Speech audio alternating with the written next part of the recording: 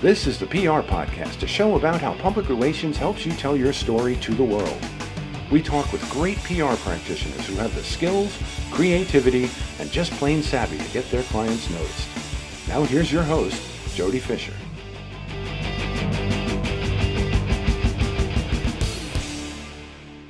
Hey everyone, and welcome to the PR Podcast. I'm Jody Fisher. Thanks for joining us. Well, don't know if you can tell, I'm a little nasally nosy here, fighting off a cold. You know, here it is, the week after all the masks come off. I'm sick as a dog, healthy as could be for 2 years, while me and my family were all social distancing and quarantining and masking. And you take the masks off for 1 week, bang. I think that's because we all started exchanging the germs that we hadn't exchanged for 2 years. I'll let the doctors weigh in on that, but many of my doctor friends agree, and they're kind of chuckling to themselves. They expect to be very, very busy in the next couple of weeks. In any case, hope you are well. Hope you are healthy where you are. And instead of the usual mumbo jumbo from me right up front, let's get right on to talking to our guest. She's a terrific one. Amy Rosenberg is founder and president of Veracity, a PR firm based in Portland, Oregon, established in 2008. She specializes in B2B SEO and e-commerce related PR, along with spearheading corporate responsibility initiatives. Amy created her own podcast, PR Talk, sponsored by the Public Relations Society of America of Oregon in 2017. She's hosted more than 100 episodes that PR people can learn more about the craft. Her first book, A Modern Guide to Public Relations, was released in 2021 as a companion resource to the podcast with a video series to further explain the content of the book. Amy, welcome to the PR Podcast. Thank you for having me. It's great to be here. Elephant in the room, we both have podcasts about PR. Why did you start yours? Oh, good question. So I actually started mine, like everything, more as a training purpose. So actually my book is also kind of like a training manual for my staff. But I realized when I had my first employee, I just talk all day, which is probably annoying and overdoing it. And then I thought, oh, maybe we could record this and repurpose the content. So the podcast started with me, talking with my employee about specific PR, tactics or principles. And then I thought, well, this is really boring to just listen to me. So I said, well, let's interview the source. And the source is the media, right? So I thought, okay, we're going to interview the media. That's great and everything. I probably did that for 1 to 2 years. And no offense to the media, but it kind of started to get redundant. The answers are kind of the same. And so I thought, well, let's interview thought leaders. And so now we don't just focus on PR. We're talking about everything with marketing. And as you know, PR is also, a huge kind of maybe overtaking marketing as a whole, I might say. I absolutely agree with you. And it's not to knock our brothers and sisters in marketing, but my phone has been ringing off the hook with new business inquiries, and we're connecting on a lot of new business. People are really interested in 2022 in PR specifically, and more so than marketing, it seems to me. You agree? Well, I would agree, but then there's also things you can do with PR that kind of trickle into the other marketing areas. And I guess we could talk about that. One thing you wanted to talk about was SEO PR. Yeah, go for it. Okay, so I just thought I would give you a second to make sure you want to talk about that. So SEO PR, that is, everybody knows what SEO is. That's getting you higher on the page of Google, right? And how do you do that? Well, a lot of people know that we need to garner links, right? Okay, so let's get some links. Well, where are the most important links, right? Not all links are created equal, meaning some have higher weight than others. So we have found that the press has higher links. Higher domain authority is what rates the websites. So inherently, as PR people, we are doing SEO, because if we're doing online PR, we're driving links back to the website and we're driving our clients' search engine higher.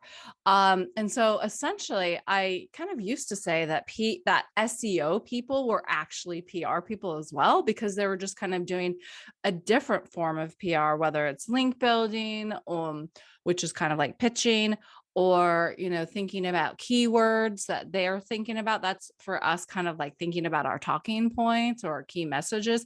So it all kind of goes in at the same. And so now I'm seeing we're getting a lot of leads from our SEO friends that really look to us to drive organic links. And so you could say that PR is actually organic SEO. That's a great perspective, and agree with you that news links, or I should say links in news stories, right, are kind of the holy grail of SEO. My phrase, not theirs, but because it ranks so much higher in Google, because it's in a confirmed and authoritative third-party source, as opposed to someone's website who intentionally put it there or something like that. But I've found it to be challenging to get sometimes to get links, to get backlinks to the client's website, to whatever, on or in a legit news article. Do you have tactics that you use to try to get those links into news articles with your clients? Okay, very good question. I can say a lot about this. The good news and the most important thing to say is that is changing. So Google is always changing what is important. And so we don't always need links anymore as SEOs and as PR people. So I don't trust anyone, right? So, but my business partner tells me this. It's like, I'm like, really? Because that sounds too easy. Because he'll say, well, mentions, in online for like a client brand name or whatever is good. And I'm like, no, it's not. I need it black and white, yes or no. I need the link, right? So I went and did my own research with interviewing people on my podcast, including Rand Fishkin, who was the founder of Moz, which created the whole domain authority thing, which rates websites, and Michael Cottam, who's a very well-known SEO expert. And they both said it's okay not to have a link, which is really good news for PR. And I can talk about getting the link, right? Like people still say, yes, we want the link. And actually, they make it harder on us and say, well, if you can get both, then that's great. It's like, okay, thanks for making it harder. But, so I can talk about how to get the link, but apparently it's not as important. But honestly, some of these SEO clients we've had, I'll just say they are very focused on one thing, which is link building, and they are very used to fast results, and they have very high expectations. And so literally we have gotten fired for getting too much TV coverage. Let me just say that, even though it was a consumer related company that sold online, so e-com, we were let go because of too much TV coverage that happened around their buying season. So this CEO was just so focused on links, and it was like, okay, we've got some links, right? So I'm noticing that this kind of client has higher, we just need to do expectation management a little bit more. Well, expectation management, definitely the name of the game, right? I mean, from the jump, even when you're in the pitching process, sort of setting up that relationship is really, really important. But interesting what you said about creating the links, and how, did I hear you right, not necessarily important in news articles, or did I misunderstand? Well, no, you're correct. So it used to be important. Now it's not as important. So like if you can get a brand mention or a keyword mention that doesn't link back to you, it's still good for Google. And there's reasons why, and the tech people have said why on the podcast or elsewhere. And if a client is asking for links now, I'm just going to send them that podcast interview, because I can't, like, I can go tell you how to maybe get some links, right? It's like, you can always just ask for the link if they don't add it. So just go back and ask. Or you can be very diligent on your media list and include who gives links and who doesn't. But here's the thing. I don't think the Wall Street Journal or the New York Times or whatever includes links. So what, you're not going to pitch them? No. If you have a brand mention in there, that is just as good.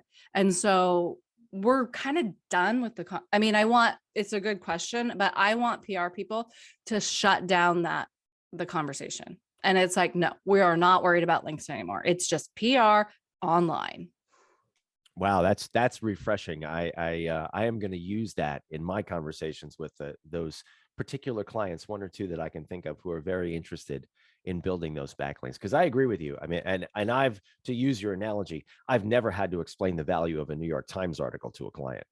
I mean, Right. you know what that means. It means different things to different people, but it's always the cream of the, right? It means the cream of the crop. Like, wow, okay, we got that Times article. That doesn't keep them from asking 2 weeks later, when are we going to be in the New York Times again? But Exactly. nevertheless, so you find that it's the mentions more important to SEO than even the links. The links are sort of icing on the cake. Yeah, no, I mean, the mentions are not more important, but as important, I guess. I mean, and I don't dig into it too much. These other people have for me, and now I'm just kind of shutting down that conversation. It's just like, we're good. And especially with people that just want links, that might not be a fit for PR anymore. Like, we're not like sitting around paying for links. So that's another thing. As a lot of the SEO people, like the clients, are used to fast links because you could just in the past pay for them. And it's like, okay, well, now Google doesn't really value that. So if that's how you want to go, maybe you can go do that yourself. But now we're doing real PR, which takes a while to ramp up. And once you have that momentum, you don't want to let that go. So it's just kind of a different ball game now. Got it. And we kind of blew right past this. We didn't define Veracity PR. We didn't define what kinds of clients you work with and what you do for them. Oh, okay. So we do mostly B2B, and it is kind of mixed with traditional PR with everything from content. It leans heavily on content and social, of course. But because what we do is we kind of think with a PR mind and then use that to also build content. So we are, even though I'm saying, oh, SEO isn't the most important thing or whatever, all of our PR campaigns actually also have blog posts tied to them. And instead of writing a press release, for example, we will write a blog post that is so full of stats and information that the press has to link to it. And I put the link in quotes, like, now maybe it's not as important, but it is easier for them to just reference us as a source and link to us. And then that's great for SEO. So instead, we pitch out blog posts for our clients. And even for B2B clients, getting SEO is very important too. So we've talked about that on the podcast before with other guests about, and in the pursuit of getting those links, that is one very effective strategy. Not asking, for example, a reporter to link to your homepage, but to link to a piece of content that adds value to their story. So, for example, a blog post, an infographic, some kind of chart or statistics or study or white paper or something that advances their story. And so what I'm hearing you say is put just as much, if not more, energy into creating those as you would a traditional news release. Oh, totally. And so our PR kind of timelines are, it's like we're doing traditional PR campaigns each month, but then we're tagging in content along with it. And we like to write the content for our clients because they won't understand how to write like a news person. So we write blogs kind of like how you would write a press release, like newsworthy, right? And so we do that. And then a lot of times we piggyback on to some trade show marketing for our clients. So, and a lot of that is more traditional where, we're mapping out trade shows that our clients are attending and setting up press meetings for them. But then we're also supplying them with content around the trade show so that maybe, just maybe, they will show up in search about that trade show so that, like, when their prospective customer is searching about the trade show they're attending, this client might show up in the search results as well as the trade show. Makes a lot of sense. What kinds of campaigns are you creating for a B2C client that might differ? For a B2B client that might differ from a B2C client? Are there different types of content, and what works better in your mind? Well, I think that the types of content don't necessarily change. I think it's the themes. So we can still, because an example of, so for a B2B, we might just literally have stats or figures in our content. But for, let's say, travel or food, we might have predictions. So they're more kind of wordy, predictions that are in a bullet point format that we've literally done the research for, that, so that we're serving the role of as the press, so that our blog post has predictions. And then of course you can add stats in there as well. But so there's that. And then it's also maybe how we go about reaching out to the press. So I think a lot of our traditional B2B contacts are not necessarily using as much social media, whereas B2C might be more on Twitter and whatnot. So I've just noticed the trade press is kind of like, they don't change a lot, meaning there's not a lot of turnover. And so it's not as necessary for them to be on Twitter and whatnot. So we're just kind of noticing that depending on where you're working, you're changing how you communicate as well. Let's talk a little bit too about, you mentioned turnover or lack thereof in that industry. The importance of relationships, building relationships, and delivering a consistent and reliable product to those reporters. Do reporters, you find, once you've created that relationship, are they coming back to you for that type of content? Oh yeah, for sure. And it's a little easier once you have the relationship, but I think the relationship always has to start cold. You can't just go into something with a relationship, especially if you're at a firm that has a lot of different clients. So we're always starting cold, and how we build the relationship is providing good stuff, whether it's a good pitch, good story idea, good content, not crap. And we're actually researching and not email blasting. That's the beginning of the relationship. And so ideally, we've done so much research that we have this pitch that we will know will get placed with maybe only 5 people, but it's the 5 targets that we need to move the needle for our client. So we've already started out in a relationship where we are actually really working together on a story, versus this like, oh, I've known you for 15 years, so could you please just cover this? Oh, that is the worst. I mean, there are plenty of reporters that you and I both know, or know independently, I should say, that I would never even presume to approach a reporter that way. Like, oh, could you just do this for me? You got to come at a reporter with a respect, right? They're doing their job. Here's something I think you would find interesting, that your audience would find interesting. Would you like to write this story? And I approach reporters who I've known for 20 years that way, and reporters I've known for 2 minutes that way. Yeah. And so I don't really think it's about relationships, actually. I think it's just about doing a good job and doing the same level of work, whether you've known someone for 2 seconds or 2 years. And I think people can see that. They can see the professionalism in you, and then they will want to keep working with you if you've done a good job in the beginning. What do you think a B2C, I'm sorry, a B2B, I keep going back and forth, a B2B client needs to have a sort of a frame of mind before they engage with a PR person or a PR agency like yourself?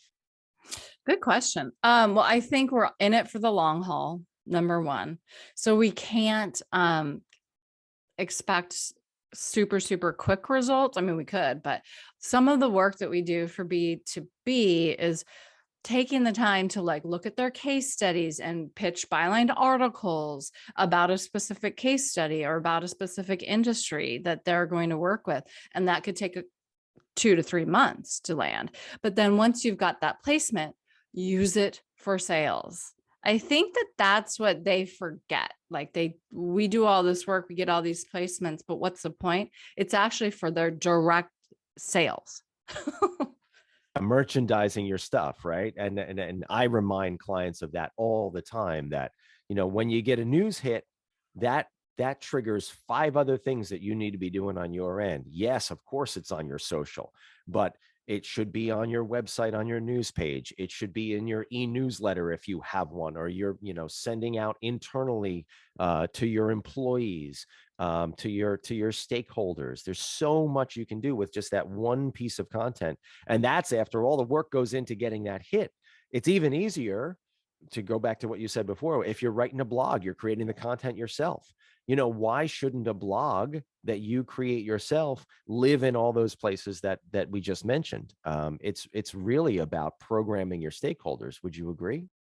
Yes, and also interfusing, if that's a word, all of the departments in the marketing. So like having one theme per month or two, one or two themes or one theme, and then you create multiple pieces off of that. And the blog is kind of like stems into elsewhere. So newsletters and whatnot.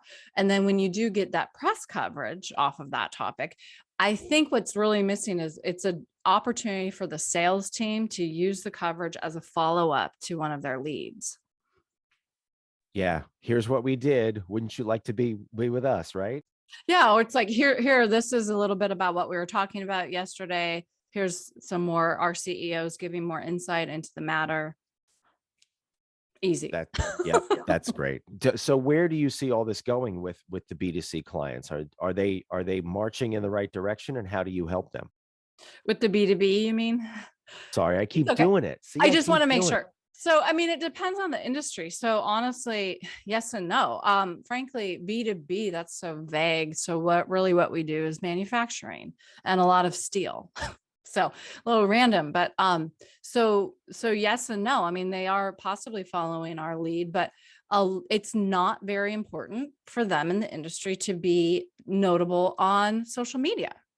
So, frankly, we'll have written social posts and our clients may or may not post them. I'll just say that. So it's not super important for them. So they have to now understand that everything lives online now. I realize that their sales is kind of personal and over the phone or relationships, but everybody's checking you out online. And so they are following our lead, doing it, but it's also kind of a slow process, let's just say. Is there something that you say to encourage them along with that, or how do you help them? Well, one thing that I say, which is kind of stupid, I don't know why, it sounds very self-serving, but I say, like, let's say you do some community relations or something good in the community. Did it even happen if you didn't share it on social media? I mean, it's kind of a flip response, but I have clients that do so much, right? In the community, they pay for their staff to go to college. And we're talking like blue collar workers that want to progress. They're paying for their degrees, but they don't tell anyone about it. So it takes a really good PR person to kind of dig in and find out. These people that have worked in these industries for so long, they don't know that that's even a good thing, right? And so we need to tell people about it. And so I just think that that's an interesting phrase to use. And I think that too, that's a great point. It's an added benefit of bringing in a consultant, someone from the outside who can look at your organization with fresh eyes and say, wow, this is different. This is not normal. This is not what everyone else does. In addition to providing the service that they're actually hiring us for, whether it's PR or SEO or marketing or whatever, just having that fresh perspective on things, and then hopefully listening to that fresh perspective can yield, untold benefits. Yeah, definitely. It's always interesting to kind of say something like, oh, that's really cool that you're doing that. And the client's like, really? So I've noticed like, oh, I guess I'm a cheerleader, sometimes to my client's detriment, because I think everything my client does is amazing. So sometimes I need to chill out a little bit, or we need to chill out and just kind of look at things a little bit like negatively. But in general, I think it's good. It makes them feel good. I've sometimes said that, yes, we need to drink their Kool-Aid, but then we also need to be the food critic and critique the Kool-Aid. Oh, for sure. Just in case, you never know. Absolutely. Well, Amy, this has been a great conversation. We're going to segue now into our rapid fire question portion of the podcast. This is where we steal a page from inside the Actors Studio, ask our guests a couple of rapid fire questions meant to elicit a simple answer, maybe a laugh or two. With your indulgence, here we go. Rapid fire question number 1. What is your favorite news source? I'd say Huffington Post, because there's a lot of women focused stuff. Good stuff. We haven't heard that one. Rapid fire question number 2. What is your favorite social media platform? Instagram. Pictures? Yeah, I just think it's more fun. And you know what? I follow people I like on Instagram now rather than Facebook, where it was like I'm following everything, right? It's just I can curate it more to my tastes. I have frequently said that I like Instagram and I follow all my friends just like you do. And I like the selfies. I like to see people I know and I love. Like, yeah, give me selfies. Absolutely. I want to see what you're doing. Well, yeah, and I also like very kind of thoughtful and inspiring thought leaders that are on and funny.